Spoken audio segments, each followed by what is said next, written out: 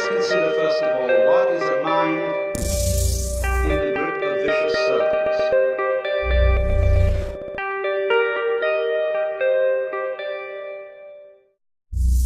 Alright, so here we go. So should I face you or face Keith? You face me if you want to tell the camera something, you can. Okay. So these are, basically we're doing an interview process that is kind of like an off-the-record interview, but on the record. You know? So basically finding out a little bit more about the people behind, you know, what they do, or just ask people questions in general. I mean, we're going to interview all kinds of people. But you, in particular, have a business called the Healing Trinity. Yes. Right? This is Jacqui Simpson, by the way. Yeah. And so we're just asking questions to get in a little bit deeper into, you know, what you're all about, who you are. Perfect. And it's not necessarily business driven, plug the business in process, but it's more so about you and who you are and what you're all about. Okay. So, Jacqui Simpson. Yes, Shane Dieter. The Healing Trinity.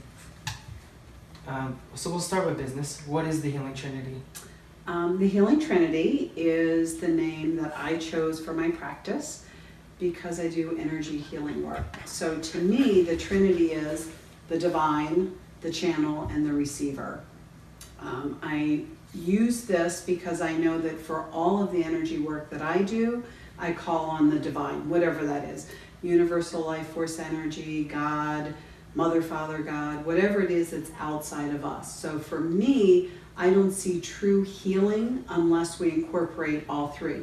You and I working together as the channel and the receiver, and of course us working together with that divine life force energy. Can I leave it to you? Sure. So, who's typically getting in touch with you at the Healing Trinity? Good question. Typically it's people that have a profound need in mind.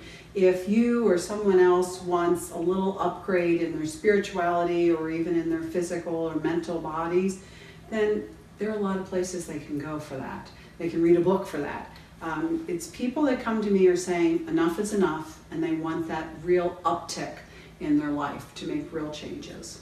And how do you provide that real uptick?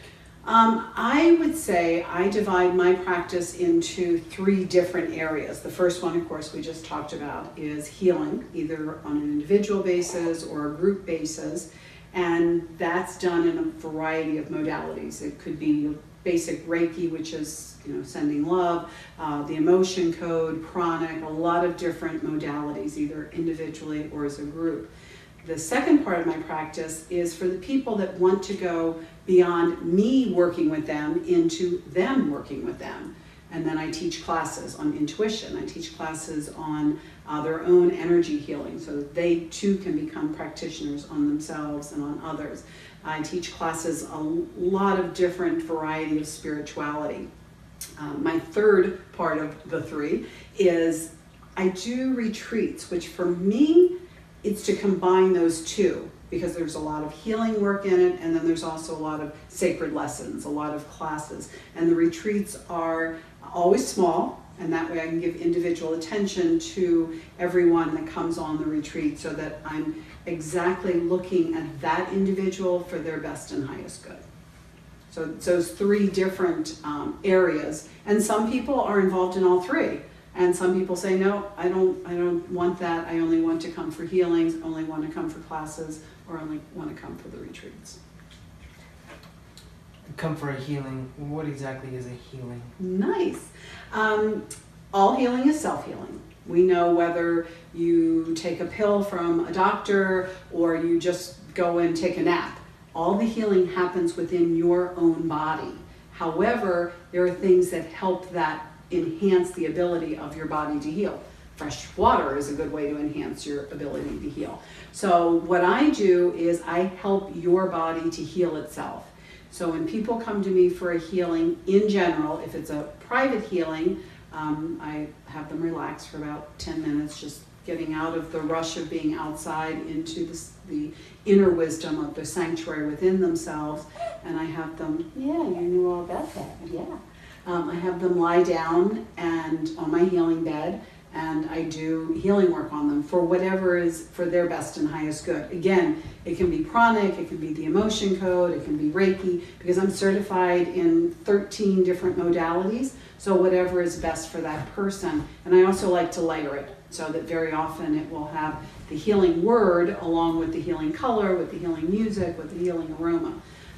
Then after that usually lasts about 45 minutes. The entire process is about an hour to an hour and a half. Any messages that come through me for the person from their own spirit guides, of course, I share that with them. Group healing's a little bit different. It's the same process as far as I'm concerned, because I'm channeling that life force energy. But I could have a group of people, and it could be 10 people, it could be 100 people, it could be any number, because I'm not really doing the work. I'm holding the space of the human channel, but the work is being done from the divine, and we have an unlimited amount of life force energy. So in a group, it's a lot like it is for individual without sharing of talking. You know, instead of sharing the story with me, they have a group healing where they're whatever it is, if it's trapped emotions that need to go, or old mental tapes, or physical cells in their body that we call forth for that to be released so that the person is healthy. That answer your question? Of course. Good. Define divine. Ooh, beautiful. Divine is actually, for me, an accumulation of everything. You are a part of divine. I am part of divine. He is part of divine. But we know, just like being a part of an ocean, if you're a drop, you are the same makeup as the entire ocean. So for me, divine is everything rolled up together.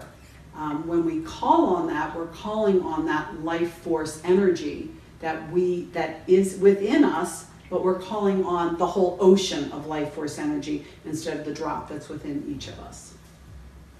I know that there is much more beyond us than our physical and mental and even our emotions. And what is beyond even the vibration that I feel from another human, or the, like we say, oh, it gave me good vibes or bad vibes, that can't be calculated in our physical. That's calculated in our spiritual. Our spiritual is our divinity. You say that you're certified in 13 different modalities? Yes. Healing modalities? Yes. Quote unquote? Yes. What did you do before the first one? In the past, far in the past, I worked as a number of different types of career moves. The one that I love the most is I developed a children's charity. The charity was only for specific needs, which were food, shelter, clothing, and medicine. And these were children that were in immediate need. You know, you can plug a kid into the system to make sure that they eventually get, let's say, their medicine. But if they need it today and they don't have it today, United Community Charities, which was the charity that I actually founded and worked with for a number of years. Other jobs that I had before that I loved were recruiting. I would actually put people in touch with other people so that they could find their jobs. Not as a recruiter in the broad sense, but the recruiter in the more narrow sense, because I was only working with people that were interested in becoming spiritual professionals. A spiritual professional doesn't mean you're a Reiki master. It means that you're bringing your heart into your profession. So no matter what company I worked with, I was looking more at the energy of the person that went beyond what was written on the resume. So you were recruiting people based on their spiritual... I was given the information about them based on their resume. Like, okay, HR would go through and say, okay, this is tick, tick, tick, tick, tick, and they fit into all the proper categories. But then I would have conversation with them. I doubt that HR would refer to that as I was checking in with their spirituality. But as far as I was concerned, I'm checking in with their heart. I'm finding out, who are you beyond what's written on your resume? Because your resume, I could just put that into a computer program and find out. But when I speak to you, because the primary area that I was working with were wholesalers. These were people that went out into the public and met with people. And so I needed to know, I needed to feel comfortable that they were ethical, that they had a sense of putting the client in front of their needs. And so when I spoke to the people, I would call it, particularly now, that I was tapping into their spirituality. But at the time, I would say more that I was tapping into their personality, their temperament, their heart base, so that I knew that when they moved forward, they were looking out for my clients, not just looking out for themselves. How long ago was that? Ooh, that was back when I lived in Boston, so mid-90s. Okay. And I hear you saying that you were using different language to describe what it is you were looking for in the person. Mm-hmm. So there was a shift Yes, very good. in language choice. Mm-hmm. What's that shift? For me, I've always had a really close, comfortable, loving, easygoing relationship with whatever you would call God.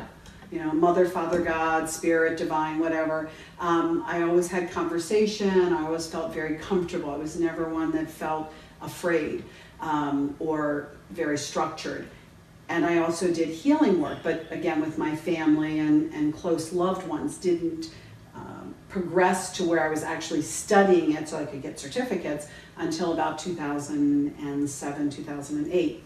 What I found was that 2007, for me, made a profound shift from my own verbiage, from my own wants and needs of being more earth-based, to raise my children, to take care of myself, to be the good human, to be a good citizen. And for me, the main thing that changed it is I spent 3 years in therapy. You know, I went to a therapist, worked out issues from my own childhood, worked out my own fears, and then was able to unlock that beautiful box of spiritual gifts that was inside of me, which I couldn't unlock earlier because I needed to keep everything tucked in close together just to stay well grounded, to be able to be sure that I was a good mother and a good wife and a good worker. And so once my youngest one was almost grown, who's probably about 15 when I went into therapy, it allowed me to really clean up the old from my childhood, which had been long before that, but it still gets locked into the body. And then once I was free, I was like, I can be anything I want to be. And that's when I decided, you know what I want to do is to study. My first one was Reiki. I always recommend Reiki at the beginning because it's pure life force energy and it's pure love. And then as I studied it and I realized how powerful I am as a healer, you know, the work is being done by the divine, but the healer has to have that very clear channel in order for that to stream through. And when I recognized how clear I am, how beautiful I can work with people, how I have no judgment against anyone's past actions, I realized that this is it wasn't only a gift, it was also a true calling. And that's when everything for me shifted from earthbound to saying, okay, let me make sure that I can make the proper reservations for you or put you in the proper job, to say, let me help you with your spirituality. Let me help you decide, not my rules and certainly not my path, but your path. What is the best way for you to move forward on your path at your speed? And so I would say, yeah, in 2007, 8, and 9, I worked with a therapist that helped me to, and she was also very spiritual, and she helped me to, you know, take the childhood garbage and get rid of it and be able to open up and open that box of gifts.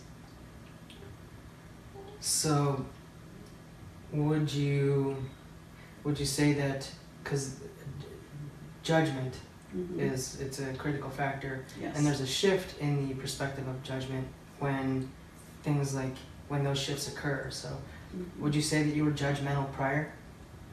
Good question. Yes.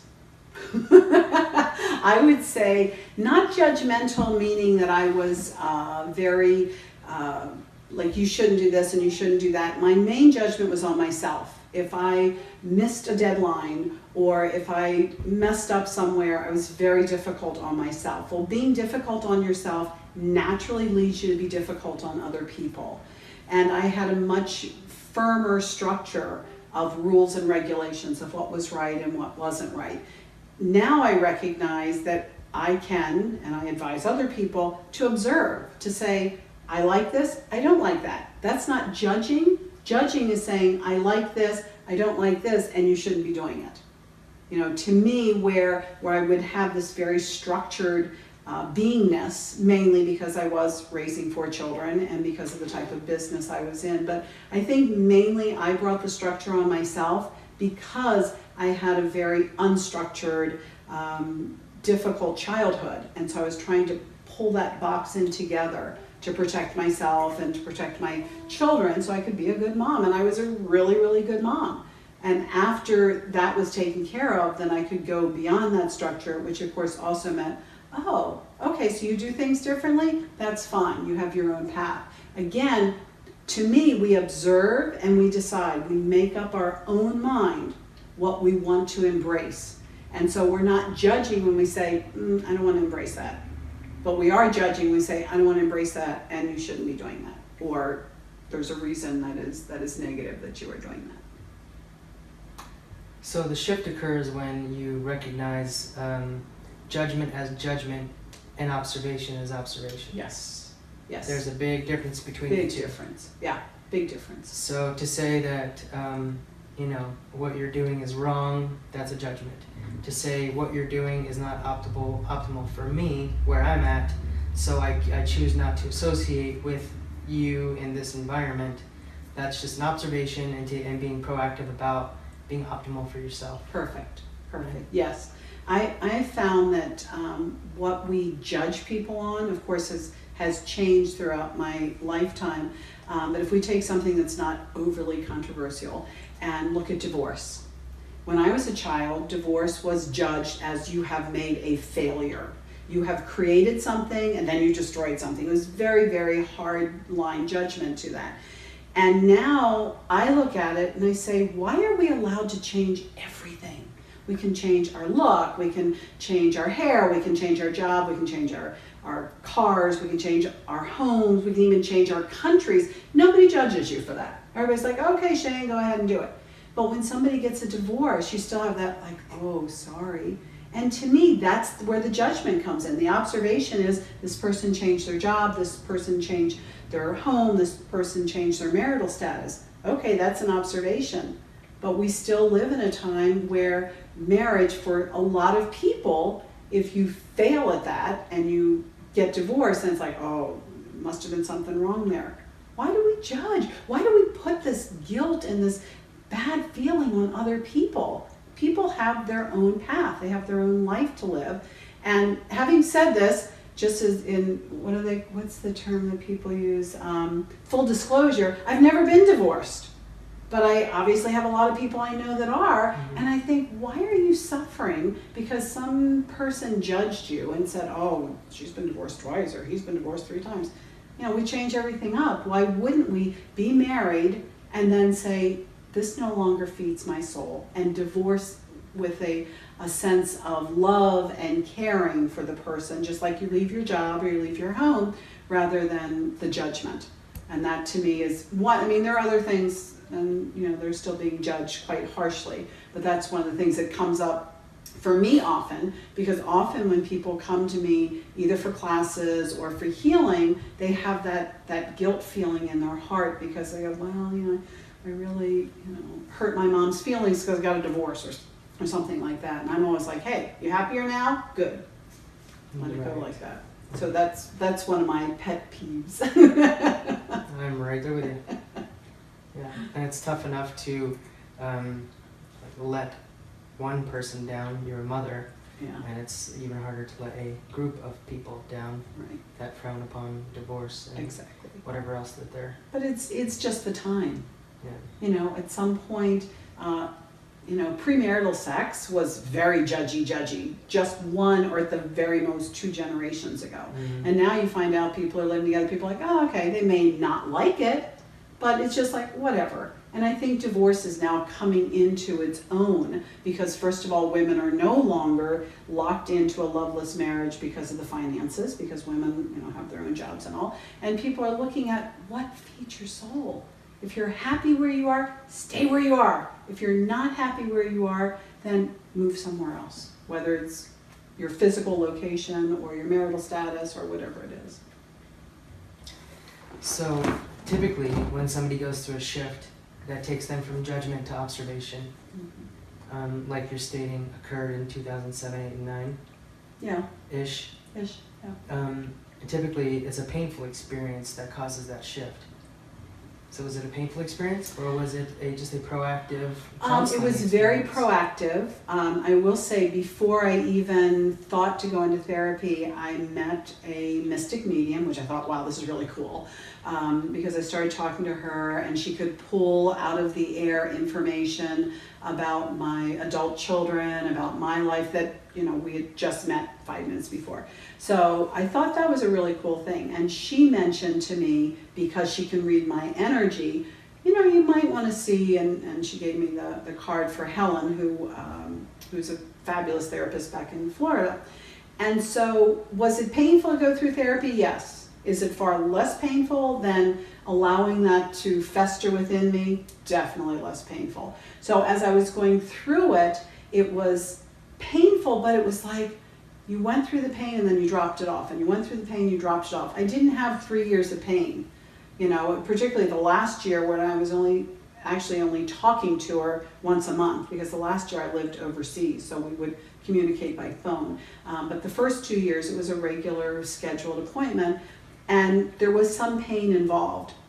However, it was much less painful than if I had allowed it to drag on. Particularly now when I look at me and I think, wow, I'm so glad I blossomed rather than, you know, just kind of went off into the sunset. And at the same time, in 8, I do have a daughter who was going through a very difficult divorce at that time.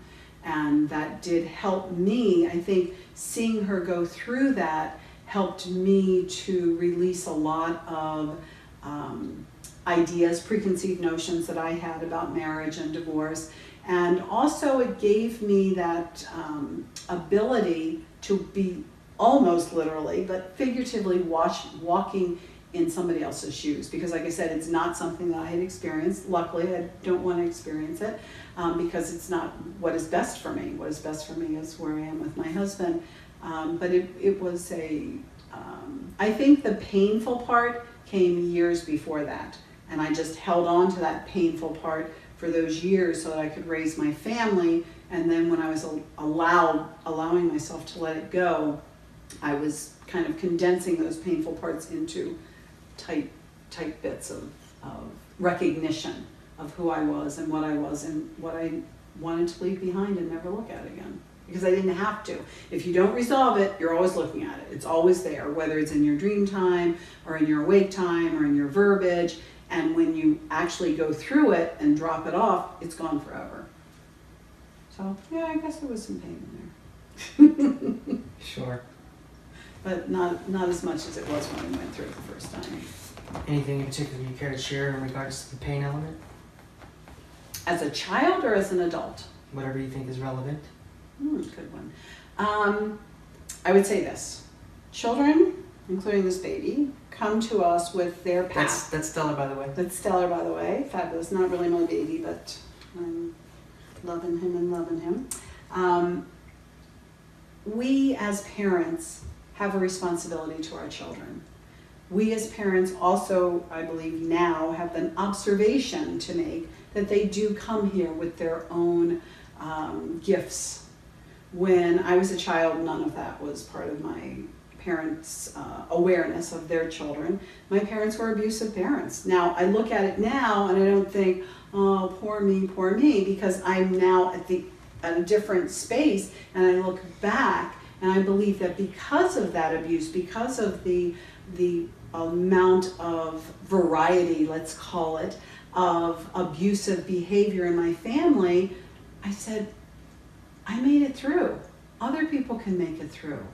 And I think, how can I judge someone else? Even how can I judge when babies come into the world and they come in with all of their beauty and sanctity, and then when they're 15 or 18 or 22, for some reason they've decided that their beauty and sanctity is being set aside and they're looking at something negative or looking at something painful.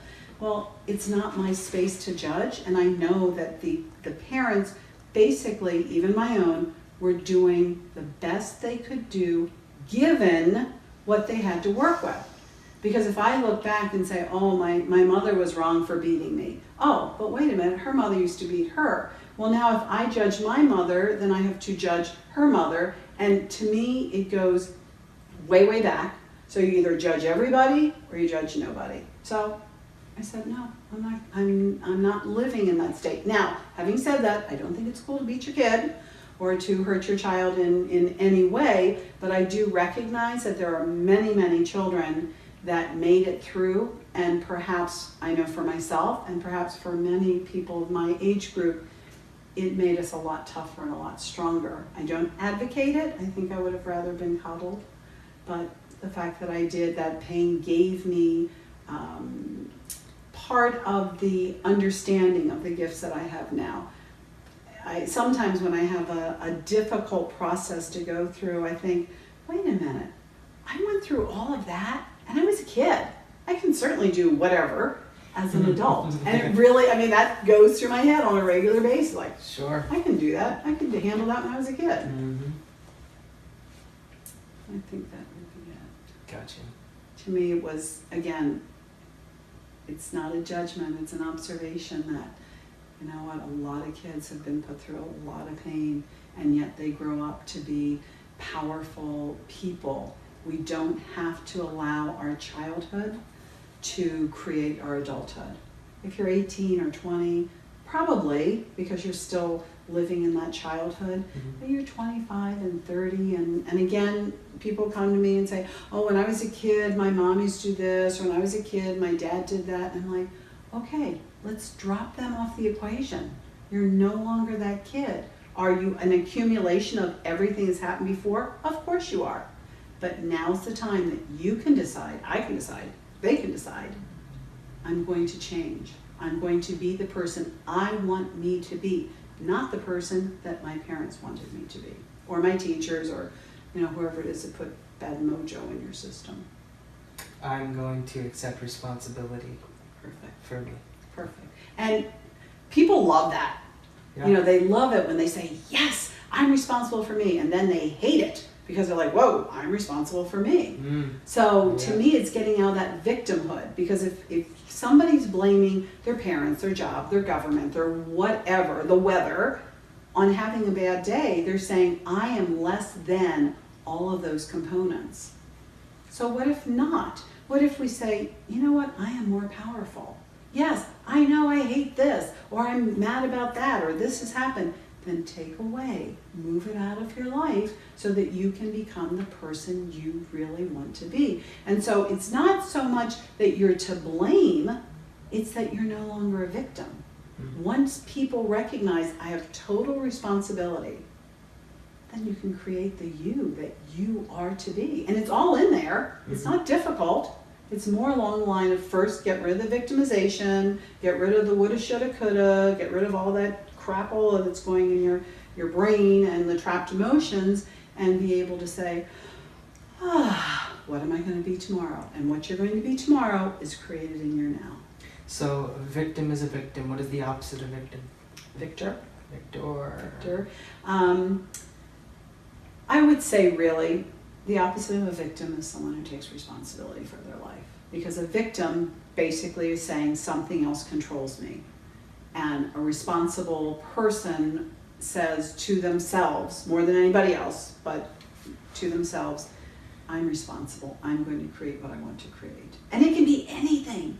It can be anything. There are people that perhaps want to create homelessness in themselves, and that's okay. I know a man who lives in Hawaii who had a regular, your regular upbringing, went to college, started working, and he was, I want to say 25, 26. I didn't know him back then. I know him now. And he decided he didn't want to be there.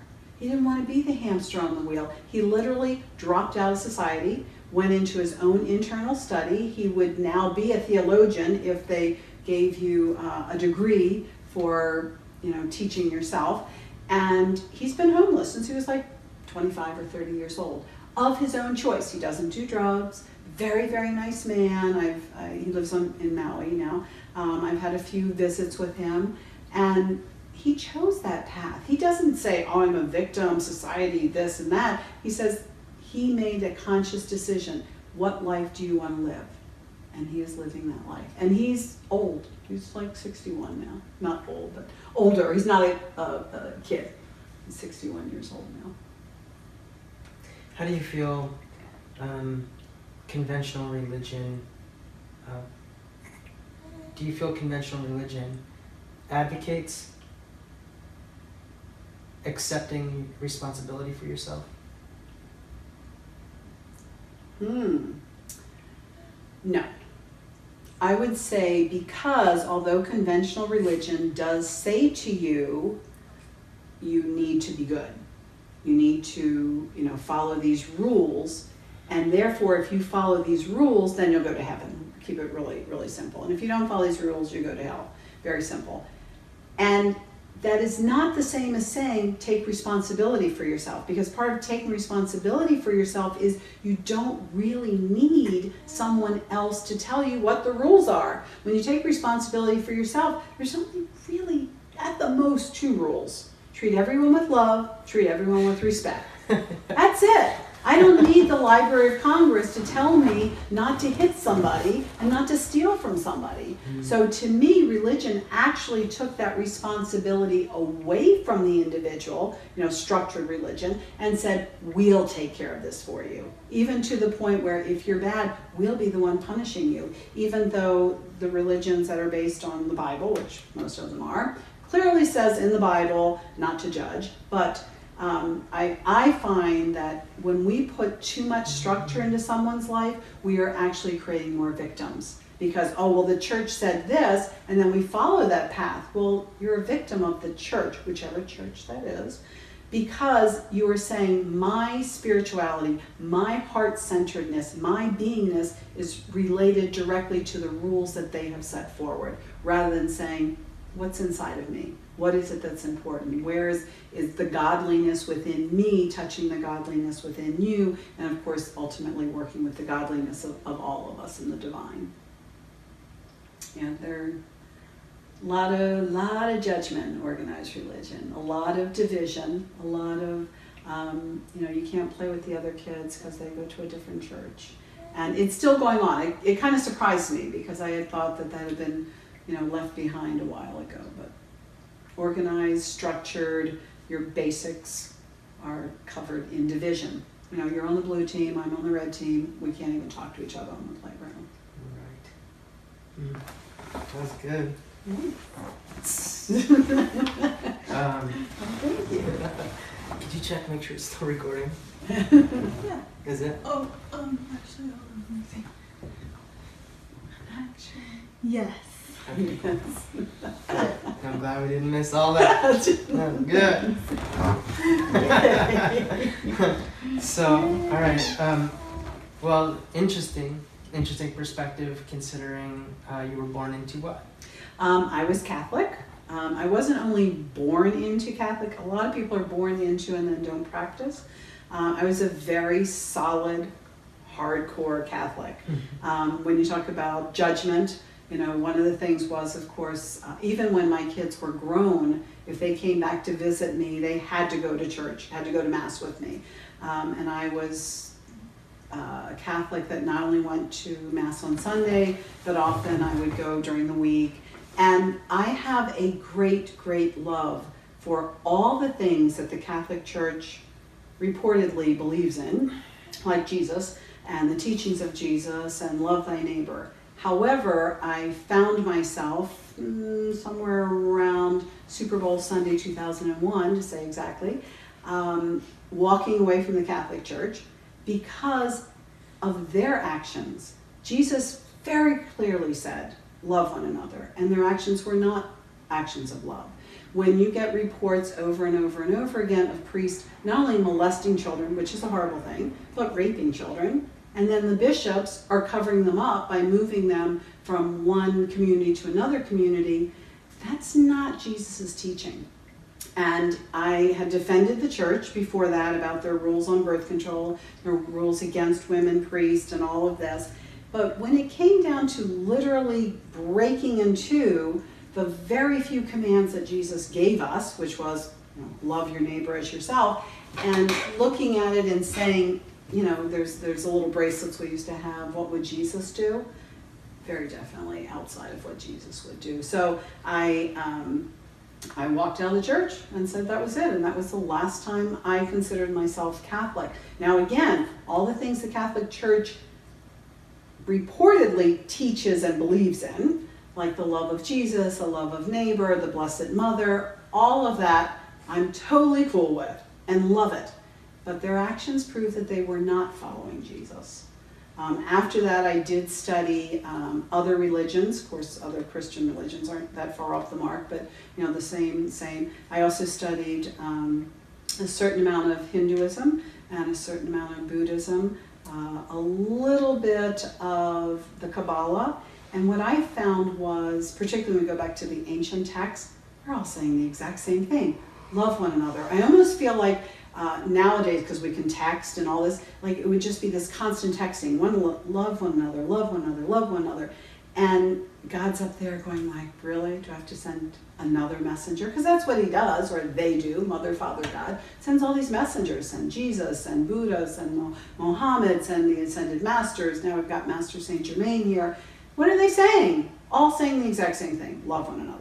And so for me, the more I looked into organized religion, I wasn't looking to switch from Catholicism to another organized religion. I was looking to say, okay, now that I'm out of that box, what is the truth? What is my truth?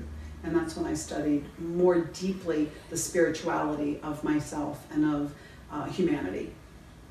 But yeah, I was very, very structured Catholic. To what age? Pretty old. 2001 is 54. You have to do math. Let's round figure it, about 40. About 40. I'm 61 now, so if you go back to 2001, 45? About 45. And before that, there were things that I knew the church was, again, not my own opinion, but Christianity is really simple. There's only like this much of the New Testament versus the Old Testament. And so even before that, I recognized there were many things that particularly the Catholic Church, but some of the other Christian churches said that were directly opposite of what Jesus said. But I kind of I can smooth that over a little bit. But then when it came to priests raping children, I decided definitely this is not within. Sure. Oh, you want to go to your daddy?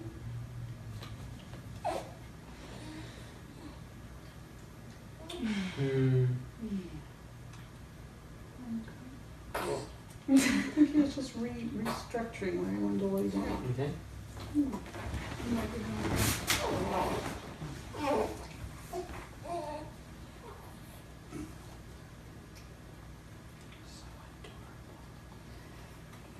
so adorable.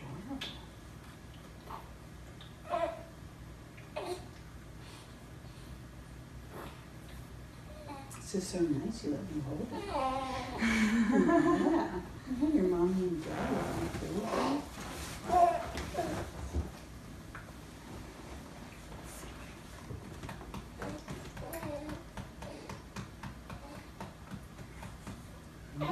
Big strong boy.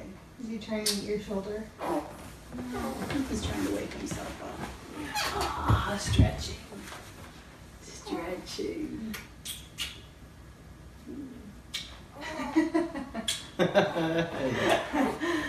I know.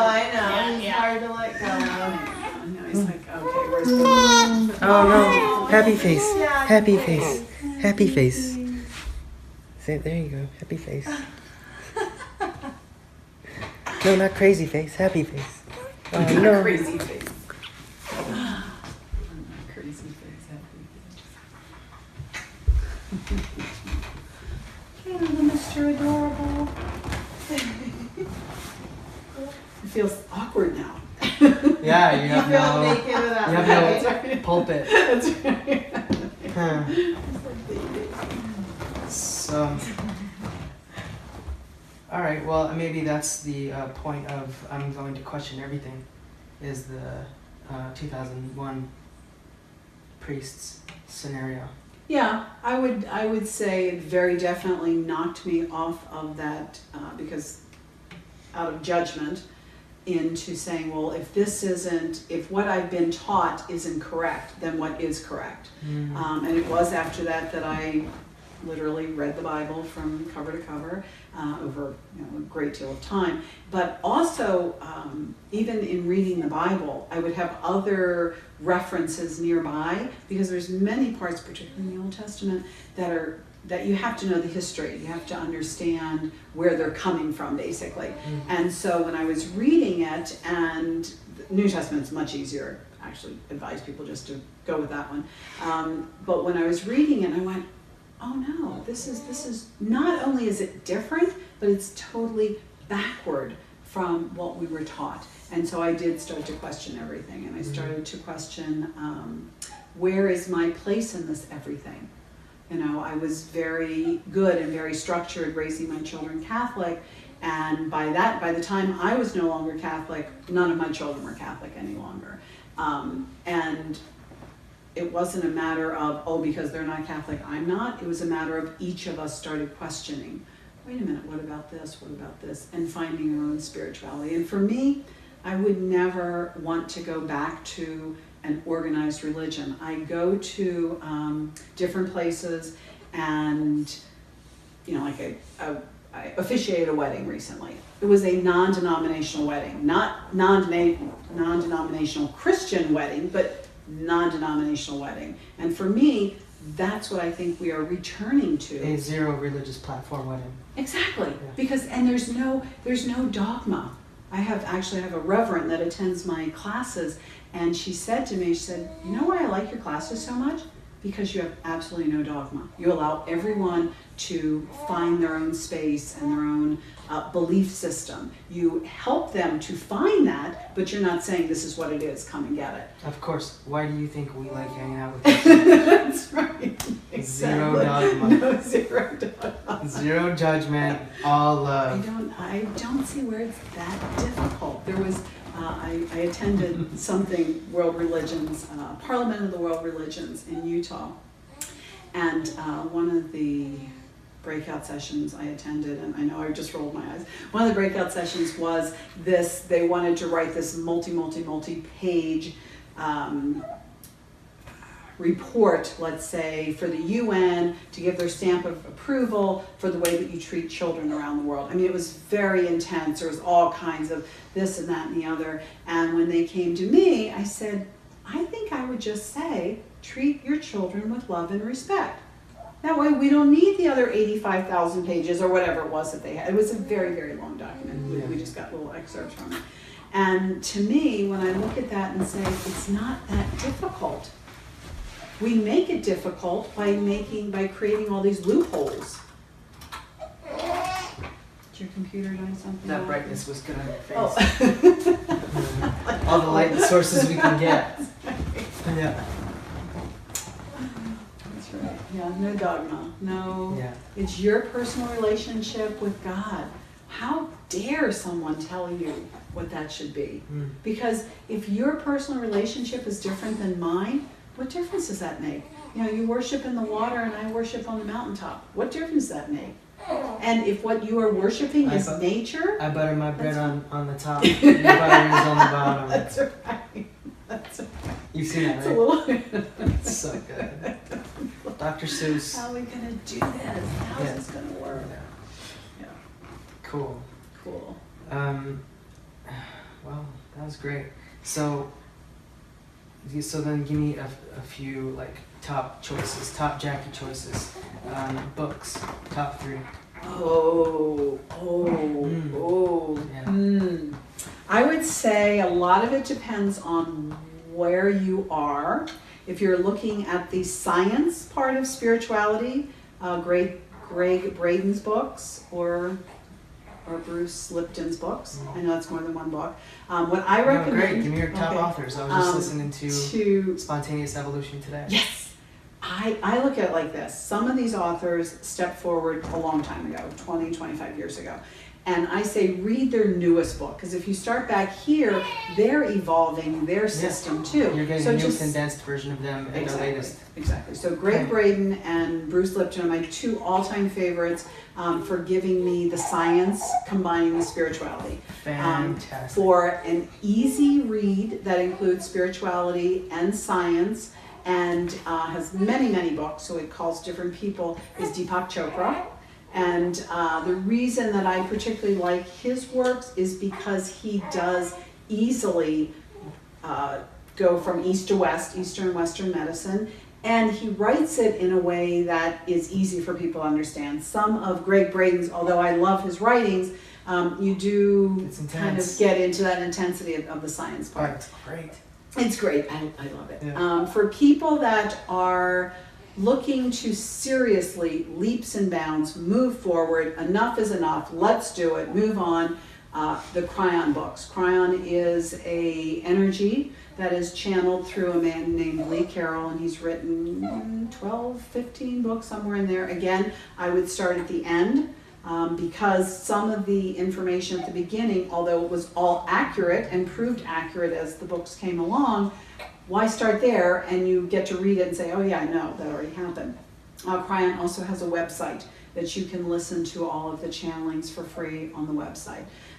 When I say it's for free, it's because there are people that are looking to kind of touch their toes into it. However, at the same time, I very much appreciate and encourage people, take your money where your soul is. So I buy the books from Greg Braden and Bruce Lipton and Cryon and all of these because I want to encourage more of this. And when we vote, it's kind of a nebulous process, you know, political voting. But when we vote with our pocketbook, which means I only go to stores that I consider, which is different for different people, that I consider ones that are working toward goodness rather than ones that are stepping away from it. So even though I gave Cryon the idea that yes, it is free, and it is free on his website, all of his channelings, I very much recommend that we sustain these movements forward. Well, I've heard a lot of things for free, and I'll go back and I'll buy the book just to support their mission because their information is so top shelf. Perfect. Yeah. Yeah. And I like both. I like to be able to hear it and to be able to see it because I teach, and that way when I can see it, I can also highlight it, and you know, you can't do that on your Kindle. Well, you can, it just doesn't work as well, but I like to highlight it and push down the corners and, you know, be able to show it to other people. The Power of Now, Eckhart Tolle, The Power of Now, again, because I love to study from all different angles. So The Power of Now, I would say, and again, he has other books, but is more of an individual path to see where are you and what is best for you in the here and now. It doesn't teach you healing modalities, it doesn't teach you the science behind it, but it very definitely says you've got it. You have the power, you have the ability, you can make your future, and you make it, of course, by paying attention to your now. It's a longer in the book than what I just explained. Yeah.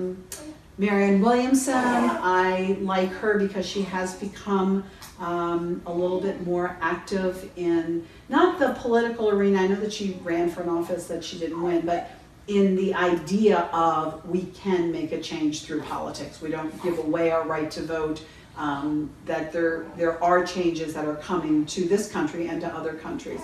And she really gets up there and pounds her fist at making sure that you are on the right path, wherever that is. I am not politically active. However, it doesn't mean that I don't support someone that I believe has got the right process of all of the, which is not saying a whole lot, I understand, but of all the people that I am aware of in the political arena, she definitely carries the spirituality further than any of the others. Was she at the Parliament? Yes, she was, and she spoke there at the Parliament. Was she the one that dropped it? Yeah. Like a boss? Yeah. She did. She was very, basically she said, I love you, and was she the one that dropped the free thinking women raise free thinking children, mm-hmm. and free thinking children are very difficult to control? Yes. Yeah. Yes. I'm a Yeah. huge, She was- huge fan She of that was woman. good. You can probably find all of her talk on YouTube. Mm. And she did, I didn't hear I don't think I heard every time she spoke, but I may have. And each time she got up there and just very cool, calm, and collected, and she said, it's time to get to work.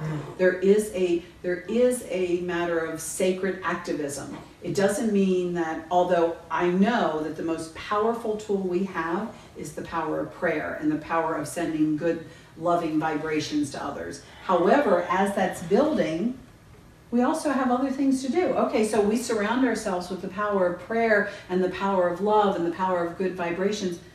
What are you going to do with it? Oh, now that we all are living in this world that is more filled with love, let's get rid of, just like we do with the individual, get rid of the collective of war, of disease, of poverty. And it's not a matter of a war on, because war on war doesn't work. It's a matter of loving it into place. And part of that love is to say to the mothers, you know what? It's okay if your kid is there drawing and coloring while the teacher wants that kid to be sitting there and very structured, because that child's mind is being developed, whereas over here, those children are becoming robotic. Right. Which is another issue. all of it's coming forward, and I love it because it's always been there. We've known for at least 50 years, if not 75 or 100, I don't know, luckily I don't have the info that far back, that our school system is in trouble, our political system is in trouble, our war machine is in trouble, our religions are in trouble. It's always been there, but now it's all popping up to the surface because now we can do something. Now we can look at it and say, what if we looked at our client being the children rather than the teachers, and saying what is best for them. Is it to line up in rows? No, not really. That's only good if you want your kid to grow up to work in that robotic sense. To feed the machine. So instead, to me, where some people are, oh, all these things are going wrong, all these things are bad, I love it, because it's always been there. But now it's bubbling up to the top. And once it bubbles up, like we were talking about Marianne Williamson, you see it. You can get rid of it. You can say, okay, the schools are not supporting our children. We're going to make drastic changes. Not the little tweaky changes that they make to placate parents every once in a while, but the big changes. And the new ones being born now, they're bringing in, if the schools don't change, they will force that change on the schools because they have such power. Well, it was much easier to do prior to the information accessibility of the internet. Now that we have that, we're gaining a global voice, and oppression and suppression is taking a backseat to information. Correct. Beautiful. Yeah. What the Bible quote just went on my head, but it's something like, what once was hidden will be revealed. And it also says somewhere in the Bible about, the only reason I mention the Bible is because it's a book that probably most of your people have read, or at least part of it. The idea of everything, once we all speak the same language, then nothing can be hidden. There would be no liars. And I always thought we would, didn't know how that would all come together because I'm working with this human brain pre-computer. And now I have the computer, I'm like, of course. We can see people in a country that is warring with another country, not the governments, but the people speaking to each other through Skype or YouTube or whatever it is in the other countries, where they're saying, I don't hate you. I don't even know you. Right. It appears that you are a wonderful person with a couple little kids you're trying to feed. And that's how people are. I have visited 42 countries, and I can say unequivocally, every country I've been in, what are they looking for? Love and respect. Yeah. They're looking to raise their children in peace with some food and some decent housing. Yeah. They're not that concerned about warring with their neighbor. It's the elite at the top, the government, whatever you want to say, that are making these land grabs. And land nowadays doesn't necessarily mean geography, because land grabs can be oil, it can be technology, it can be on and on and on. But the people, they're looking for happiness. They're not looking for a handout as much as they're just looking for an equality that is based on who I am rather than who my government is. Well, the elite system is inevitably going to collapse. Of course it is. And it's on the horizon. Why? Information. exposure, and well, just that, just information, the accessibility of information, and so we can't have the wool pulled over our eyes any longer because we can see it all. Right. Yeah. The way that, I totally agree with that. The way that I understand it also in a spiritual sense is that each area has to call to the other area. So when humanity was looking more toward war and anger and disease and pain, then we weren't calling forward for the best of humanity. And now that we are, now that we're looking and we're calling out to whatever that would be for you or for other people, whether it's, again, God, the divine, Joe, my best friend who lives in heaven, whatever it is, we're calling them and saying, help us along. See, some people, perhaps they think, well, we just sit back and things happen to us. Again, back to the victim mentality. And I look at it and say the exact opposite. There have been enough of us that we call light workers, but people of high vibration, people that are looking for love and respect, that have called forth to the divine and said, okay, we're ready. We're ready to vibrate at that higher level, and all of it is coming with us, including the computer, including not just the computer, but the accessibility of the computer to so many people, to the understanding that this is not just to shop on Amazon, is actually to be able to share information with each other. And so to me, it's like this, it goes beyond this to this, because we have become true children of the universe, called out to the universe and said, basically, okay, I'm done with this, I played this game, no judgment, it was fine as long as it lasted, but now we're tired of this. And now we are literally creating our own golden age, and we are literally creating an age of peace and love. Or as the Beatles said, the age of Aquarius. Or as Bruce Lipton so poetically put it, we're the imaginal cells, transforming the caterpillar into the butterfly. Into the butterfly, beautiful, beautiful. Yeah, we're there. Yeah. We're there, and it's, again, the example you just gave, although you're kind of just sitting there for a long time, then when the butterfly starts to emerge, there is some work that needs to be done. Sure. And when the chick comes out of the egg or whatever kind of, farm Yeah. animals you want to work with here. And we are also doing that. We took that time, we went into ourselves, we understand, we feel the love, we feel the vibration, and now we're like, okay, time to come out. And that's why so many people now are coming out and saying, oh, wait a minute, count me among the light workers, count me among the energy workers, sign me up for a class, let me go on retreat. Why? Because they're no longer looking simply for, I have a pros and cons list for my job. They're looking at what feeds my soul. Mm-hmm. And now they're looking at, I want to take my heart into my job, no matter what their job is. And so to me, when we look at this and we say, okay, it's all coming together.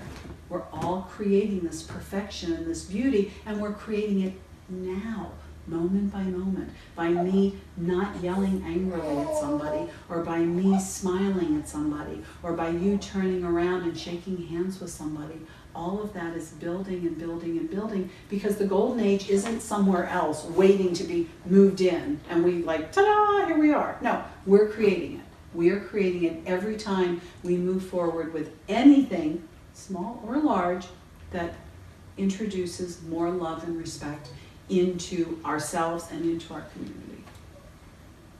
Cool? Awesome. All right, so we'll wrap with this.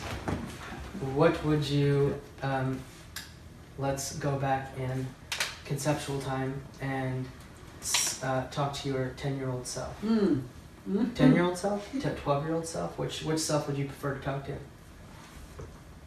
12-year-old. 12. Yeah, 12's key. 12's key. So what would you say? What would you tell your 12-year-old self? I would tell my 12-year-old... Words of wisdom. Okay.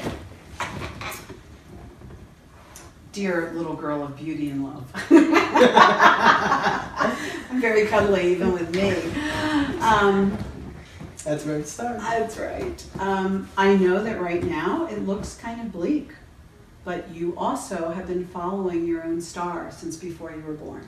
You also know that although this looks bleak around you, that you're not really part of that. You're kind of like dumped into this pool, but you're not really part of it. And you know yourself, even as a young child, that you are moving forward into something different. And I just want to tell you, because I'm at the other end of that spectrum, that it does work. It's not a fantasy. It is a reality that I sent back in time to you so that you would know that this is not the ugliness that you see around you, that the beauty and wonder is just being planted in you now from your own spiritual self. And it will blossom, and it will blossom far greater than you or anyone else ever imagined it could be. And she's really happy about that. So, since time and space don't actually They exist, don't actually exist. did your 12-year-old self just hear that? Yes, of course she did. That's why when I was 12, there was a huge shift in my family dynamics. Up until the time I was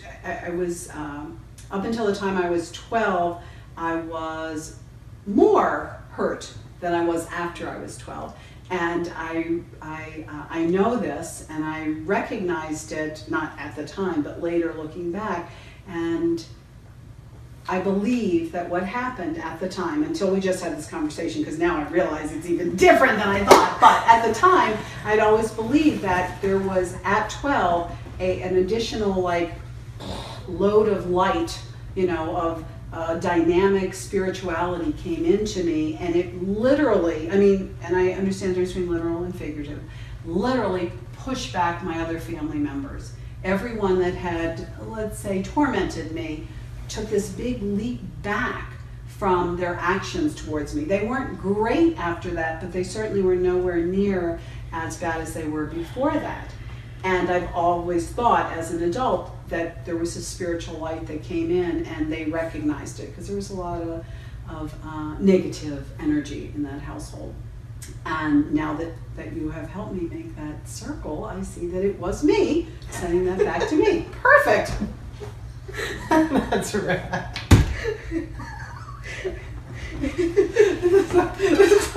It's like going back the third time. Back in space, what do they call that? That's the end of the movie that everybody knows, and I can't think of it. Interstellar? No, Back to the Future. Oh, okay. The third time Back to the Future. Literally, when I was in therapy and talking to my therapist, and she said, did you notice any change? And I said, there was a huge change just about 12 years old. And she said, she was a therapist, like her degree or whatever, psychologist, whatever. But she was also very spiritual and very, she was a mystic, but that wasn't on her card. And Helen Dahlhauser is her name, just put her last name in there. And she said, why do you think that was? And I said, and it was just like this, like our conversation we just had. I went, I think my light became brighter. It got turned up, and it really did make everybody else kind of back up and leave me alone, basically. And I've always felt that, because 12 was this magic, and it wasn't magical like all of a sudden I left home, or I got bigger or whatever. It was, I knew at 12, particularly my brother just went backed out of my life stream, basically. And that's why, because I sent that message back to me to know that this will be fine, because if not, maybe I would have gotten a little depressed. That's so great. That's great. Cool. Alright, there it is. I'm gonna have to write this down in third and fourth person. Right. Sixth person. Which multiverse are we talking That's about? right. I'm gonna write, I still have Helen, she's a Facebook friend. I'm gonna write that back. I'm gonna write that too. It's fun. She's like, really? She, toward the end of, like I said, at the beginning of therapy, it was all about your family and, all the ugliness. And then toward the end, it became more and more her talking about my own gifts and my own spirituality. And she said, she went like this, and she had me hold her hand. She said, you can do it. Close your eyes and tell me what you see. And I closed my eyes, and immediately I saw something. And immediately I understood it, and immediately I said, I didn't see anything. Right. She said, "Are you sure?" I said, "No, nothing." No. Nothing. And then I went out and I went for, often after I went to therapy, I would go for a walk because, of course, now I know it's because my energy needed to like find earth again, but I didn't know that at the time. So I went for a walk and then I knew exactly what it was, but it was so goofy. So I waited a week and I told her, because I had told her at the beginning of therapy, at the very beginning, like the third week, she asked me a question and I lied to her. And then I realized this is not a good idea. So I called her that night and I said, "Look, you know that I lied to you and I'm sorry and I will never lie to you again because what's the point of going to a therapist if you're gonna lie, right?" So anyway, so the next week I saw her and I said, "Okay, look, I did see something, but it was just so goofy that I thought, no." I said, "This is what I saw. I saw this beautiful golden ball of light and I immediately knew that it was a baby, but it was your baby or coming through your lineage, which is impossible because she was older than, child producing age." And she looked at me and she said, "Yeah, my daughter's having a baby. She's due in April." I went, it was the first time I had recognized that I had seen something and had this positive response. Because other times I knew things, but it was all me, just with me, which I know only sounds a little bit crazy. But I would be somewhere and Spirit would say to me, "Go talk to that woman." I'm like, "I don't think she wants me to talk to her." "No, you go talk." And I mean, this was how we would have this, like I do now with Spirit. And so I'd go up and I'd start talking to this woman. And it would only be a few minutes. It was never like, "Oh, this is life altering." As far as I know, I don't really know what happened after she left. But then this was the first time that Spirit gave me information. I was able to give it to somebody who reflected back to me. I went, "Oh my God, I really can do this." Right. And I know that everybody can do this, but it depends on which gifts we decide to pull forward. Like I read a lot, but I know my calling is more along the line of a healer and a teacher. Whereas even if I'm reading about something else that I think is really cool, but I don't bring that so much, like the politics, I don't bring that so much to me because I know that's not my calling. So to me, the fact that I hear Spirit and understand Spirit and speak about it, that was the big difference. Because I heard it forever, but I never told anybody until I told Helen, thinking, okay, because I promised her I wouldn't lie to her, but I told her this is really what I saw. She said, "Yeah, my daughter's," and her daughter had a daughter. Nice. So it's all this, because it was all this feminine energy. But that was, and then there were a couple different things that she taught me that were mystical, that did not come under family therapy sort of a thing. And those were those seeds that were being planted. And she said, "You can do this, Jacqui." And I said, "Oh, I don't think so." And then once I started doing it, it was like that. It took off. She was the first one to have me journal. Again, this crazy notion.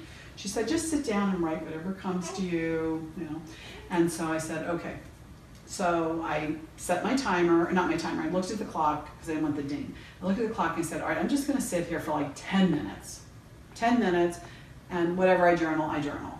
But she said, start writing. So I'm like, okay, look at the clock, I got 10 minutes. So I start writing. Of course, I start out with, "Helen is making me write this. This is the most ridiculous thing I've ever done. I mean, really, I'm just writing." And whatever came out, and it was something around 8 pages later when I stopped, which was 45 minutes later, and I didn't even reread it. I didn't edit it. I just folded it up because it was a little odd. I folded it up and I put it away, and I waited a couple days and I took it out and read it. Except for those first couple of sentences where I'm in my head, once I went out of my head into my heart, there were these wonderful writings about who I was in past lives, about what my path was now. I mean, all the things that I would have gladly gone to a mystic to pull out a mystic, and it was coming out of me. And so I'm like, this is amazing. So I folded it up and I took it the next time I went to her, and I handed it to her, and I said, "What do you think this means?" She says, "Well, first of all, it means you have to start writing, and then secondly, you're supposed to start healing." I mean, to her, it was just so matter of fact. Right. It wasn't subtle. It was, which is how I speak to Spirit. I always say, "Don't be subtle with me. I like it." And she said, "It's not subtle, Jacqui. I don't understand what part you don't understand." I said, "I don't understand how this happened." She said, "Because you asked, right? You asked. It came through you. You wrote." And I went, "Oh, okay." I still have that letter somewhere. I'm not quite sure. But it did talk about how many past lives I have, what I'm doing in this life, what my future is, and all this kind of stuff. And that was before I went to the Brahmin priest, who said basically the same thing. Not basically, he said the same thing. And Confirmed once again. Yes, confirmed once again. I know, after about 6 confirmations, I think we should just do it. That's right. It's like, yes, we got it. She was, like I said, I will send her a Facebook or message or whatever. Probably have her email still.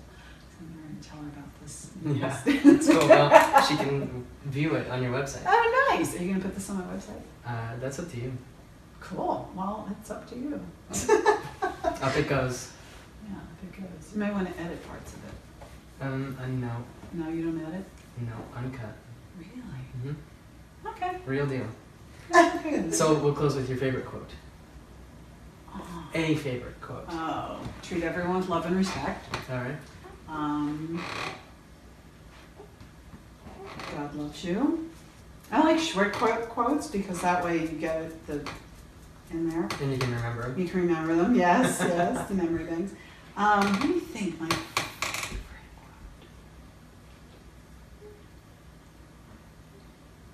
I have lived before, and I will live again. And each time I come back bringing love and brightness to this planet. I just made that up. Your quote. It's my new favorite quote. Excellent. Because I just asked Spirit, okay, what should I say? That's what I said. Yeah. Jacqui Simpson. Thank you. Thank you so Thanks, much. Jacqui. So then let's consider first of all, what is a mind in the grip of vicious circles?